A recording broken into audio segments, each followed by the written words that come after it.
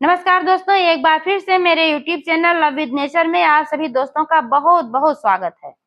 दोस्तों, मैंने 30 दिनों के किचन के कचरे से बनाया है लगभग 15 केजी कंपोस्ट खाद, जो कि मार्केट में मिलने वाले कंपोस्ट खाद से कई गुना बेहतर है। मैंने तो कभी नहीं खरीदा, लेकिन मैंने YouTube पर कई लोगों को कहते हुए सुना है कि मार्केट में मिलने वाले जो कंपोस्ट खाद होते हैं, कहीं मिट्टी मिलाया हुआ होता है तो कहीं रेत मिली होती है वजन बढ़ाने के लिए, लेकिन जो हम घर पर बनाते हैं ये प्योर होता है, ऑर्गेनिक होता है और बहुत ही पावरफुल होता है। इसमें न्यूट्रिएंट्स, माइक्रो न्यूट्रिएंट्स सब मौजूद होते हैं, क्योंकि इसमें कोई मिलावट नहीं होता है। यूट्यूब पर ही मैंने देखा था कि किसी ने बताया कि उन्होंने बाजार से जो कंपोस्ट खाद कर यूज किया उसका कोई खास परिणाम नहीं निकला। लेकिन दोस्तों, मैं तो ऐसे ही कंपोस्ट बना करके अपने पौधे में इस्तेमाल करती हूँ और इसी से मेरे पौधे हरे भरे रहते हैं, अच्छी खासी फ्लावरिंग करते हैं। और जो परमानेंट पौधे हैं मेरे, ये सालों साल चलते रहते हैं, क्योंकि ये मिट्टी को उपजाऊ बना करके रखता है। ऐसा जो फर्टिलाइजर होता है, जब आप बाजार से कोई फर्टिलाइजर खरीद करके लाते हैं तो वो मिट्टी को धीरे धीरे बंजर बना देता है। लेकिन दोस्तों, जो मैं इस तरीके से घर पर कंपोस्ट खाद बनाती हूँ, इसका इस्तेमाल जब मैं करती हूँ तो मेरे पौधों में बहुत गजब का रिजल्ट आता है। बहुत से लोग इसलिए किचन के कचरे से कंपोस्ट नहीं बनाना पसंद करते हैं, क्योंकि उन लोगों के मन में धारणा होती है कि जब हम कंपोस्ट बनाएंगे तो कीड़े पड़ेंगे, बदबू आएगी। ऐसा कुछ भी नहीं है।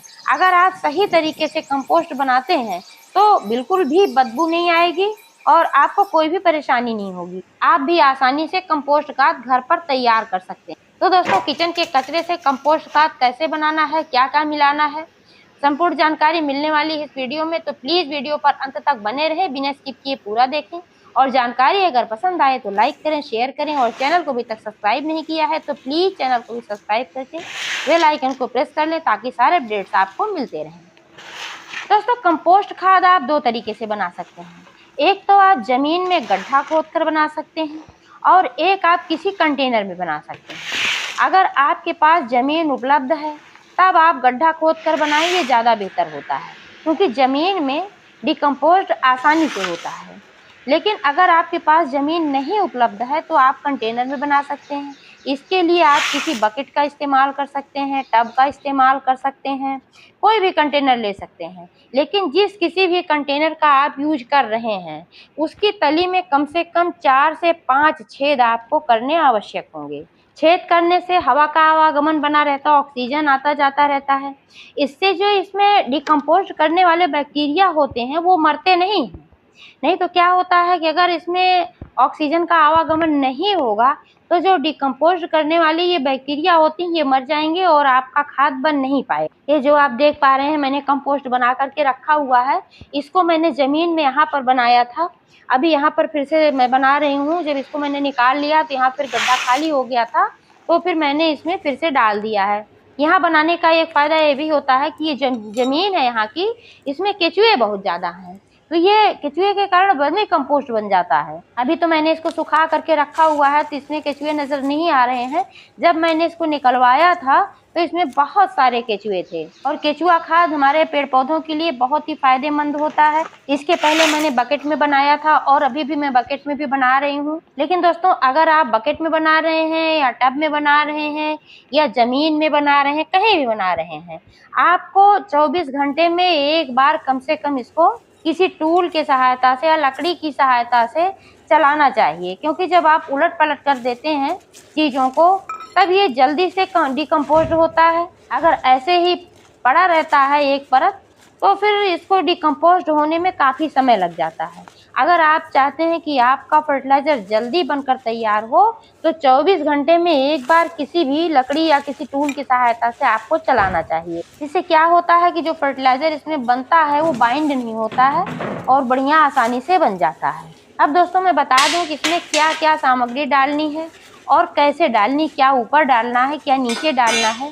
तो दोस्तों, अगर आप किसी कंटेनर में बना रहे हैं तो सबसे पहले नीचे आपको कुछ सूखी चीज़ें डालनी चाहिए। अगर आपके पास लकड़ी का बुरादा है, लकड़ी का छीलन है, तो आप उसको डाल सकते हैं। ड्राई लीव्स वगैरह है उसको डाल सकते हैं। आप देख पा रहे हैं यहाँ पर मेरे पास ये नीम की सूखी हुई पत्तियाँ हैं, तो इसको मैं इसमें डाल दूंगी ये भी। और आप इसमें गीली नीम की पत्तियाँ भी यूज कर सकते हैं, क्योंकि जो नीम की पत्तियाँ होती हैं इनको डालने से क्या फ़ायदा होता है कि हमारे कंपोस्ट खाद में नाइट्रोजन की मात्रा अच्छी हो जाती है। साथ ही नीम की जो पत्तियां होती है एंटीबैक्टीरियल, एंटी फंगल, एंटीवायरल इसमें गुण पाए जाते हैं। इससे जो फर्टिलाइजर होता है इसके इस्तेमाल से पौधे में कीड़े मकोड़े नहीं लगने पाते हैं, मिट्टी में फंगस नहीं लगने पाता है। आप जब भी अपने गार्डन में कटाई छटाई करते हैं, जो भी पत्तियां वगैरह निकलती हैं आप सब इस कंपोस्ट खाद में डाल देंगे तो बहुत ही बढ़िया कंपोस्ट खाद बनकर तैयार होता है। क्योंकि लीफ कंपोस्ट जो होता है बहुत ही अच्छा होता है हमारे पेड़ पौधों के लिए। मैं तो कभी भी कटाई छटाई करती हूँ तो मैं फेंकती नहीं हूँ, मैं इन पौधों की जो पत्तियां होती हैं इन सभी का कंपोस्ट बनाती रहती हूँ। तो दोस्तों सबसे पहले नीचे कुछ सूखी चीजें डालना है। इसके बाद आपको ऊपर से ये छिलके डालने हैं। इसमें आलू के छिलके हैं, प्याज के छिलके हैं, लहसुन के छिलके हैं, सड़े गले हुए अगर आपके पास आलू है, प्याज है, ये सब भी डाल सकते हैं। सर्दियों में बहुत ज़्यादा मात्रा में मटर वगैरह के छिलके आते हैं तो वो भी बहुत ही अच्छे होते हैं। पालक का साग वगैरह काटने के बाद बहुत सारा वेस्ट निकलता है, उसको आप डाल सकते हैं। पत्ता गोभी का, मतलब जितनी भी सब्जियां हैं इन सबको भी आप डाल सकते हैं। और अगर आपके किचन में रोटी वगैरह बची है उसको भी आप तोड़ तोड़ करके डाल सकते हैं। क्या नहीं डालना है, ये है डेयरी प्रोडक्ट। आप इसमें दूध वगैरह नहीं डाल सकते हैं। हाँ, खट्टी छाछ का इस्तेमाल कर सकते हैं।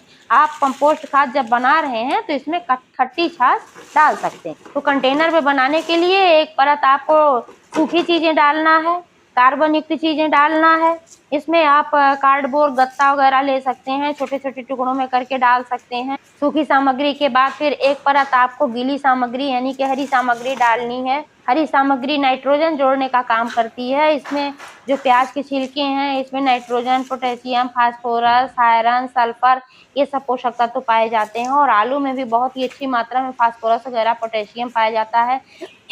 केले के छिलके भी आप मिला सकते हैं क्योंकि केले के छिलके में बहुत अच्छी मात्रा में पोटेशियम पाया जाता है। इसके अलावा भी केले के छिलके में बहुत सारे पोषक तत्व पाए जाते हैं। अगर आपके यहाँ अंडे खाए जाते हैं तो अंडे के छिलके को भी आप चूरा करके डाल सकते हैं क्योंकि अंडे के छिलके में कैल्शियम की बहुत ही अच्छी मात्रा पाई जाती है। लेकिन दोस्तों अंडे के जो छिलके होते हैं इनको डिकम्पोज होने में बहुत ज़्यादा टाइम लगता है, इसलिए छोटे छोटे टुकड़ों में, बहुत ही छोटे टुकड़ों में या तो आप चूरा करके ही डालिए।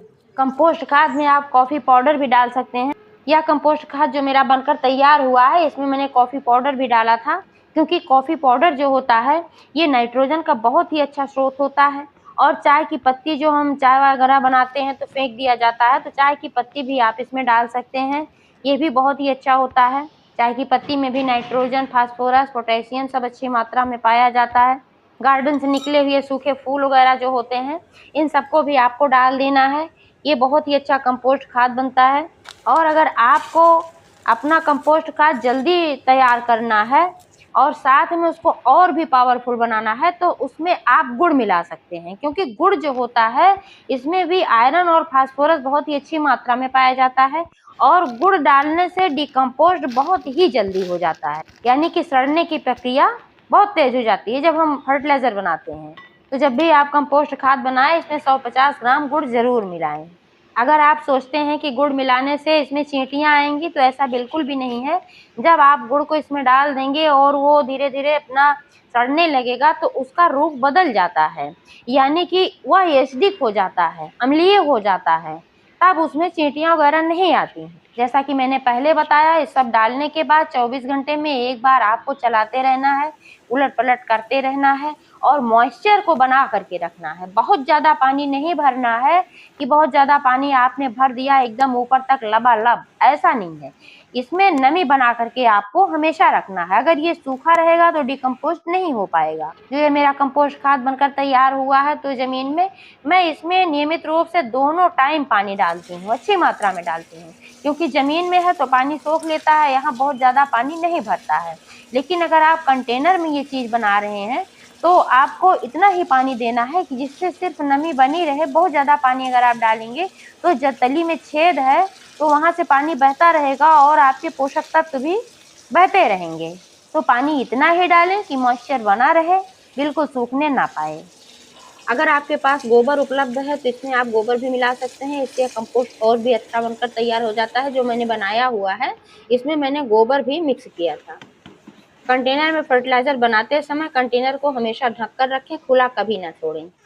कंपोस्ट बनाते समय आप नींबू के छिलके भी इसमें डाल सकते हैं, छोटे छोटे टुकड़ों में काट कर, क्योंकि नींबू के जो छिलके होते हैं ये भी सभी पोषक तत्वों से भरपूर होते हैं। कुछ चीजें होती हैं जो जल्दी डिकम्पोज होती हैं, जैसे कि पालक वगैरह के डंठल है, तो जो सॉफ्ट चीजें होती हैं जल्दी डिकम्पोज होती हैं। कुछ चीजें ऐसी होती हैं जिसमें थोड़ा टाइम लगता है।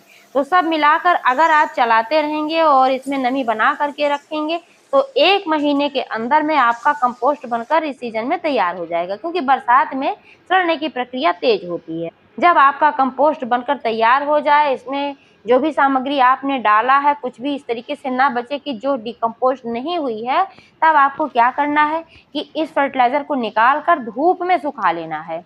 क्योंकि अगर आप सुखाएंगे नहीं, गीला ही रखेंगे तो उतना सही नहीं रहता, उसमें थोड़ा बहुत दर रहता है। गीली खाद का इस्तेमाल भी नहीं करना चाहिए, इससे फंगस वगैरह लगते हैं।